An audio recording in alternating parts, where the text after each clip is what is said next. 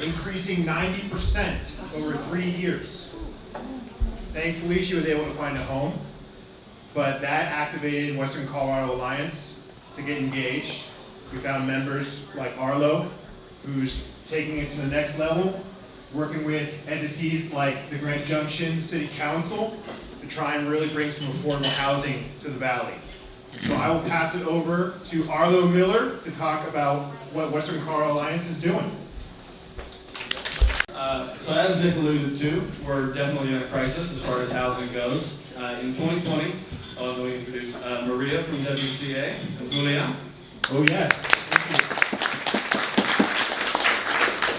In 2020, the Grand Junction City Council paid for and completed a housing survey that showed we were over 1,000 units behind in housing people making 30% of the area median income or less. And that was calculated using a household area median income, which, as Jamie mentioned, is maybe an inflated figure if you're somebody not in a household trying to find housing as a single person. So we've formed this group. We started really pushing when the Richmark project was up in City Council. The apartments being built for the old city market, which initially had some affordable housing, fishing for grant money, things like that. When that didn't come to pass, we decided to go push at City Council's door. We were very fortunate to have a number of members of City Council willing to speak with us, share their thoughts. Several of them were very, very receptive. So we're building a group to try to push local entities like the City Council, like the County Commissioners, and like the school board to engage on issues of housing. Making sure that affordable housing gets built. I loved Jamie's suggestion of making sure that any new development is required to have some affordable housing attached. We've thrown several get-togethers, trying to get some community education about. You may have seen on our last round of ballots in November, 3 items that unfortunately didn't pass, 2A, 2B, and 2C, trying to get some taxes sent towards affordable housing here in Grand Junction. We did manage to get the state level Proposition 123 to pass, and that's good news for Grand Junction, because that's a pool of about $100 million a year available for communities to draw on. And I happen to know that our city housing staff, which by the way is shiny and brand new, less than a year old, we now have housing focused city staff for the first time in Grand Junction's history. That rules. They're working hard to try to get matching grants out of that 123 money. They're sending proposals to City Council. We need help to show up at some of those meetings and say, you know, not only does staff think this is a good idea, but so does your constituency, right? Please vote to get us some affordable housing. And we need help in getting these sorts of things out there so that people see it before it just hits their ballot.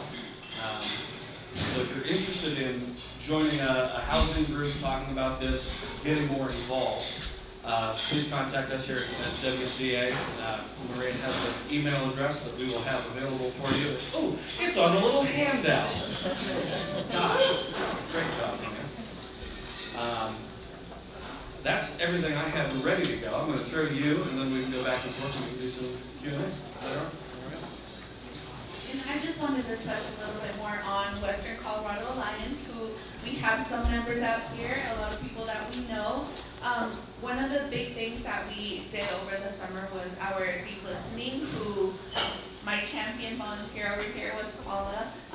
We knocked on hundreds of doors, and affordable housing kept coming up. So that's why we are very passionate about keeping this group and trying to form a little bit more on what we would like to do. And we do plan on hosting our meet and greet with some city council members as well. So we hope that to see some of you there as well. Yeah, March 18th. Oh yeah, any questions? The question is around what Just Housing is doing for affordable housing.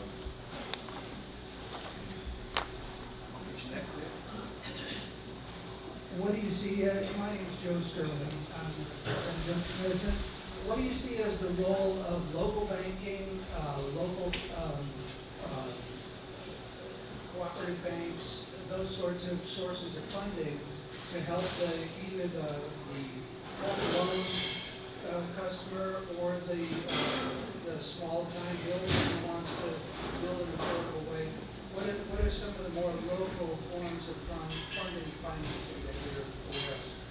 You know, that's a great question. Mostly we've been engaged with policy as it affects things like permitting and zoning. We are looking at putting on something we're calling a builders night, where we're going to have a bunch of local builders together to talk about those sorts of things, what they think they could do, as well as talking to hopefully some local bankers to talk about lending.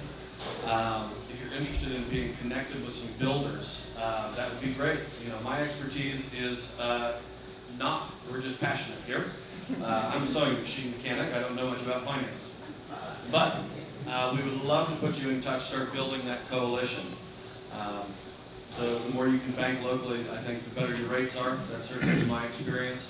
So it's a valuable and important perspective, and we'd love to put you in touch with some folks. We have a question here. Yeah, David Austin, I've seen structures that say the Grand Junction Housing Authority building. Who is that, and why don't we have more of them? Sure, so the question is, who is the Grand Junction Housing Authority, and why don't they have more structures? Grand Junction Housing Authority is actually a separate nonprofit. It's not managed by the city.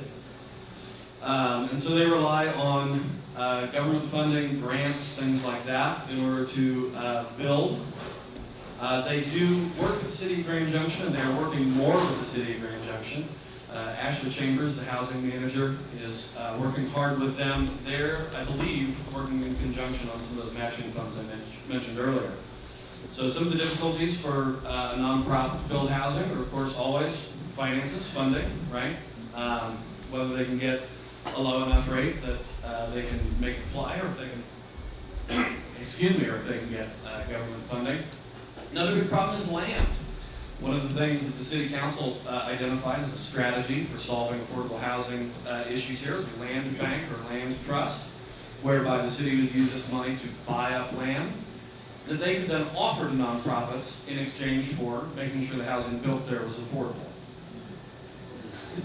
Is it possible that Grand Junction could start up a rent control program, highly successful in New York City?